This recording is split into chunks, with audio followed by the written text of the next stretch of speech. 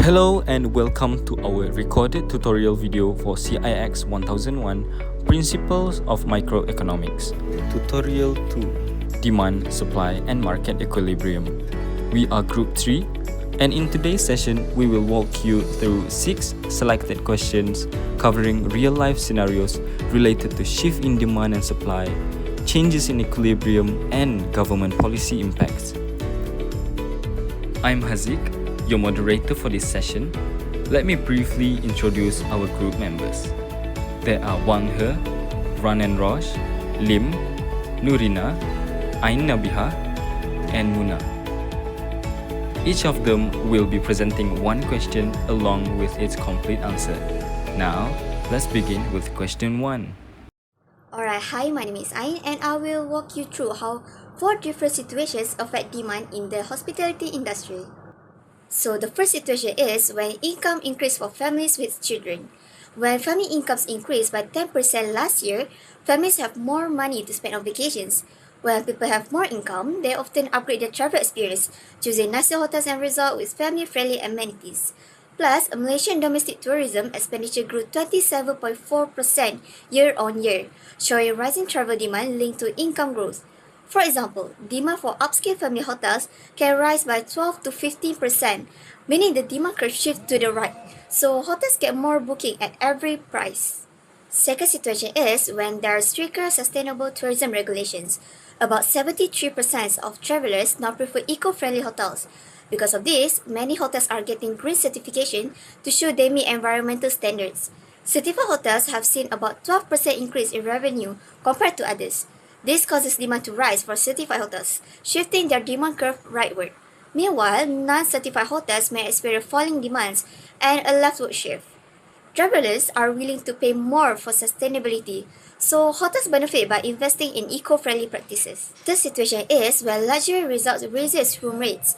The number of US hotels charging over $1,000 per night increased from 22 hotels in 2019 to 80 hotels in 2024, indicating nearly 40% rises in price since 2019. But occupancy remains strong at about 72%. When a luxury resort raises its room rates, it usually loses some bookings but make more money per room because demand in price is elastic. This means fewer guests book but total revenue can increase. This is a movement up along the demand curve, not a shift. The resort must understand customer price sensitivity to avoid losing too many guests. The last situation is regarding the raising airfares increase vacation package prices. The raising airfares increase the total cost of vacation packages, making trips more expensive. Since airfare and hotel stays are complementary goods, a 10% increase in airfare can reduce hotel demand by about 3 to 8%, especially for destinations that requires flying, while hotels in drive-to locations are less affected. During holiday seasons, demand is less sensitive to price, so the drop in booking is smaller. To keep guests, hotels offer discounts or package deals to offset higher travel costs. All in all, I believe that understanding these factors help hotels plan better and serve guests well. That's all from me. Thank you. That was insightful. Now, we move to a policy-related scenario involving cannabis and taxation. Over to you, Mr. Lim. Thank you to the host Hazik. I am Lim Jing Xuan and hello everyone. Today I'm going to discuss regarding question 2. Suppose the US Congress is considering passing an excise tax that would increase the price of cannabis. What would be the likely effect of this change on the demand and supply of cannabis? What is likely to happen to the price and quantity consumed if the tax is enacted? Now, you may notice that some of the words are highlighted in red. Can you guys guess what's the meaning and purpose behind it? I'll give you guys 3 seconds to guess it. 3, 2, 1. Whoever answered keywords, congratulations and pat yourself at the back, you are correct. This questions is focusing on the excise tax that would increase the price of cannabis. and the effect of the change in the increase of the price of cannabis to the demand and supply of the cannabis. And also, what will happen to the new equilibrium price and quantity after the change in demand and supply curve of cannabis. I will split this question into two parts in two separate slides, which I'm going to talk about shortly. Without further ado, let's jump into part 1 of question 2. What exactly is excise tax? How does it increase the price of cannabis? According to Investopedia, an online article I found online, which will be the link will be disclosed in the end of the slide. An excise tax is a specific type of tax that is levied on certain goods or services at the time of their purchase. Excise tax are primarily intended for businesses, which would involve suppliers. Most businesses that sell products subject to excise taxes are responsible for paying the taxes to the government. They typically incorporate this tax into the price of the product, passing the cost onto the final consumer. After understanding the meaning and definition of excise tax, we may jump straight into part 2 of question 2. What would be the likely effect of this change on the demand and supply of cannabis? What is likely to happen to the price and quantity consumed if the tax is enacted? Now, I would like to apply graphical method, which is sketching demand and supply curve to solve this particular question. Now, we may look for the graph that I uploaded here in the slide at the right hand side. We first sketch the x and y axis with the x-axis being quantity and y-axis being the price. Next, we may sketch the demand and supply curve with the demand curve D0, D0 and supply curve S0, S0. From the intersection point, which is E0, which is the intersection between demand and supply curve, we find that the equilibrium price is P0 and the equilibrium quantity is Q0. After that, we may proceed to step 1. Excise tax increases the cost of production or sale for producers and sellers. This leads to a leftward shift from S0, S0 to S1, S1 in the supply curve, meaning suppliers are less willing or able to supply cannabis at each price level. At price P0, quantity supply is Q2, while the quantity demanded remains the same at Q0. This means that there is an excessive demand for Q2 and Q0. This causes price to increase. Then we may proceed to step 2. New equilibrium point is achieved at E1 when demand curve D0, D0 intersect with supply curve S1, S1. Price increased from P0 to P1 while quantity decreased from Q0 to Q1. Therefore, the new equilibrium price and quantity are P1 and Q1. Therefore, in conclusion, the implication of supply decreases, meaning that it shifts to the left, while demand remains the same, is the increment of the new equilibrium price and a decrease in new equilibrium quantity. That's all from me. Back to the host. Thank you. Excellent! Now let's turn our attention to a seasonal favorite imported oranges during Chinese New Year. Miss Muna, please take it away.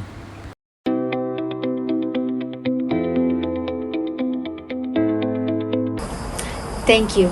So based on the question, I'm gonna answer it based on 3 aspects, which are: first, the demand and supply curve for the oranges before and during Chinese New Year, why the demand increase, and lastly, what are the effects on the equilibrium point.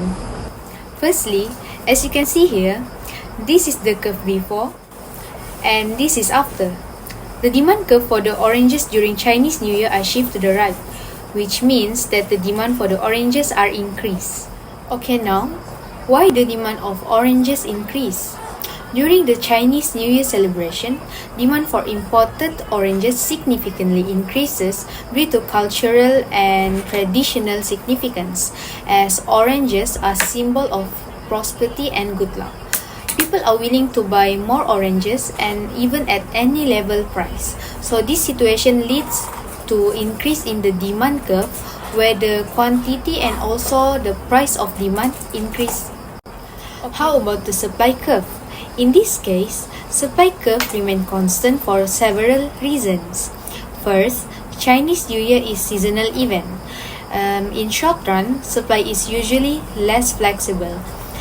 Second, imported goods take a lot of time to be adjusted, so it can't be done quickly as Chinese New Year is only a short event. Lastly, full production capacity. Move on to the next part. Due to shift in demand curve, there will be an effect on the equilibrium market. First, the equilibrium price increase. This is because people are willing to buy more oranges, so seller would set a higher price for the imported oranges.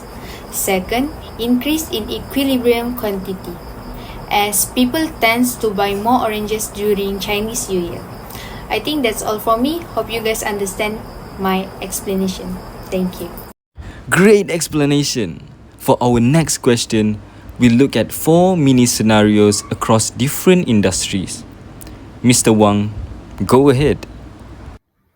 All right, thank you. Hello, everyone. I'm Wang He. Let's talk about my part question 4. There has 4 questions, small questions. So, these examples help us say how real world events affect supply or demand for each case. We will say whether demand or supply changes, what causes the shift, and how it affects the market price and the quantity. Let's go through them one by one. Okay, the first one is electric scooter. The cost of lithium ion battery decreases significantly. So the first one, electronic scooters, the cost of lithium-ion battery goes down, which lower production costs. This is a change in the input prices. So supply increases, the supply curve shift right, leading to lower price and a higher quantity in the market. And the second one is restaurant meals. There is a significant increase in the local uh, prosperity due to immigration. It's a how to say next restaurant meals more immigrates in the area lead to a higher demand for dining out. This is caused by an increase in the number of buyers and a change in tastes. The demand curve shift right, so both price and quantity go up. And the third one, uh, most theater takes the price of home entertainment system decreases. So, for most theater tickets, cheaper home entertainment system acts as a substitute. This makes people less likely to go to the movies. So demand decreases, shifting the curve left.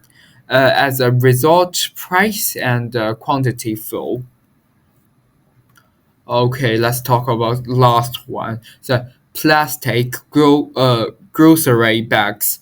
A new local ordinance bans the use of the single-use plastic bags.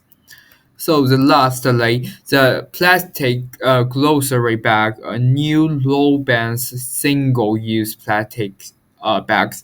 This is a government regulation which reduces supply. The supply curve shift left, so the quantity drops and the price may rise if uh, any are still sold. So this example show how changes like input cost, population, substitute, or loss can shift supply or demand, changing price and uh, quantity in the market. All right, this is my part. Thank you. Okay, in the second page, we just focused on the question one is question two, and the focus and question one is electric scooters, and question two is resident mills. Okay, in the third page, we just focus on the explained question three and question four. Question three is movie theater tickets, and question four is the plastic grocery bags. That gives us a good variety of examples. Now, let's look closer to home healthcare in Malaysia. Miss Nurina, it's your turn. Thank you, Mr. Haziq. So, the question we are addressing today is how might the Malaysian government leverage the supply mechanism within both the public and private healthcare sectors to improve the accessibility and affordability of healthcare services for all Malaysians? First of all, it is important to acknowledge that Malaysia is facing a significant inequality in healthcare access. On one hand, public hospitals are often overcrowded and have long waiting times, while on the other hand, private hospitals offer a faster services but are too costly for average Malaysians. This gap creates a two-tier healthcare system that leaves many vulnerable communities behind. To address this, the government can adopt a PPP, public-private partnership approach. This involves encouraging collaboration between public and private sectors as well as NGOs. For example, sharing medical records, referral and clinical guidelines can help reduce duplication and allow more seamless patient care. At the same time, this can help free up overcrowded public hospitals by distributing patients across different facilities. Secondly, medicine price control is crucial, especially in the private sector. By monitoring and regulating the price of medications in clinics and pharmacies, we can protect patients from overpriced treatments. This is particularly important for chronic diseases where long-term medication is needed. Next, through strategic purchasing and regulation, the government can ensure public funds are used wisely. This means paying only for high-value treatments and making sure every ringgit spent brings real health benefit to patients. It also helps to prevent price markups and unnecessary waste in the system. Lastly, demand-supply matching plays a vital role. By identifying underserved areas, especially in rural Malaysia, the government can shift healthcare resources accordingly. This is not only ensures fair access but also brings quality healthcare to populations that have been left behind. In conclusion, by combining these strategies, partnerships, regulation, price control, and smart resource allocation, we can move towards a more equitable and sustainable healthcare system for all Malaysians. That's all from me. Thank you. And now for our final question. Let's do some plotting and calculations based on actual data. Mr. Roche, please wrap things up. Absolutely. Thank you so much, Mr. Azik. I'm Raj and I will go through question 6, as you can see on the slide, where we analyze the demand and supply of rice using a table and graph. We will identify the equilibrium point and also examine the effect of a government supported price. Let's begin with question 6a. So, for question 6a, we are required to find the equilibrium price and equilibrium quantity. So, what does the term equilibrium means? Equilibrium happens where quantity demanded equals to the quantity supplied. So, from the table given in the question, we can see at Rm 1 ringgit 20 cent per kg, the quantity demanded equals to the quantity supplied, which is 25,000 tons. When both of these are equal, we can determine the equilibrium easily. So, to conclude, to answer this question, we can say that the equilibrium price is Rm 1 ringgit 20 cents and the equilibrium quantity is 25,000 tons. This is the point where the market is in balance. Next, question 6b. Indicate the equilibrium price and quantity on the graph by drawing lines from the intersection of the supply and demand curves to the price and quantity axis. So, the x-axis would represent quantity in tons and the y-axis would represent the price in Rm per kg. Then, we will need to plot the demand curve which slopes downwards, showing that as price falls, people demand more rice, and the supply curves which slopes upward, showing that higher prices encourage producers to supply more. So we need to have this basic idea in mind. At the point where these two curves intersect, we mark the equilibrium with dashed lines leading to the price and quantity axis. As you can see on the solution, you can see the green dashed lines are connected and the equilibrium point is determined. Next, question 6c. If the federal government decided to support the price of rice at Rm 1 ringgit 40 cents per kg, tell whether there would be a surplus or shortage and how much it would be. So, to answer these questions, there will be two approaches. So, let me begin with the first method of doing it. So, suppose the federal government decided to support the price at Rm 1 ringgit 40 cents per kg. We will show this on the graph by drawing an horizontal line across at Rm 1 ringgit 40 cents to represent the fixed price set by the government. And you can see on the slide, on the solution, that this line will intersect both the demand curve and supply curve, creating 2 points of intersection.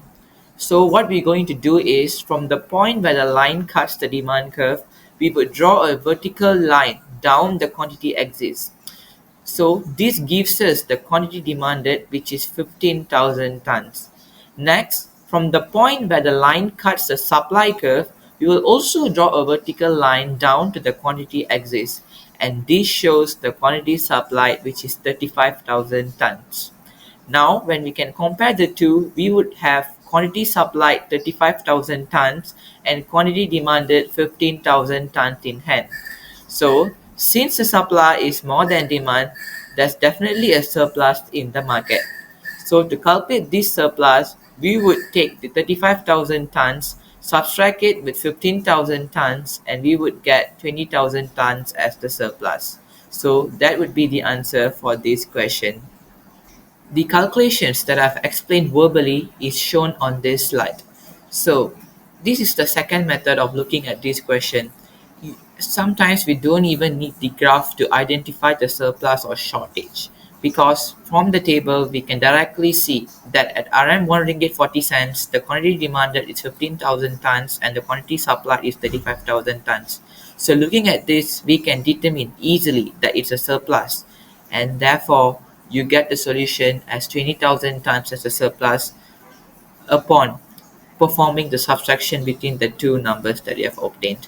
So to answer this question, the proper way of answering it in words would be, there will be a surplus of 20,000 tons of rice if the government sets the price at Rm 1 ringgit 40 cents. Moving on to the last question, question 6d.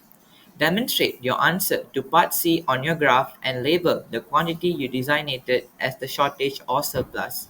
So, since we have obtained a surplus of 20,000 in question 6C, it's very easy to solve question 6D, because we have already determined the 2 points that's intersected with the price level of Rm 1 ringgit 40 cents. So we just need to shade that region in between the 2 points, as you can see on the solution, a surplus of 20,000 on that green region, and that would be your surplus region.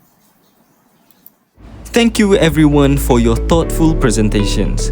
We've covered a broad range of microeconomic concepts today, from shift in demand and supply to government interventions and market equilibrium. We hope this tutorial has helped reinforce your understanding of a real-world application of economic principles. That concludes our presentation. Thank you for watching.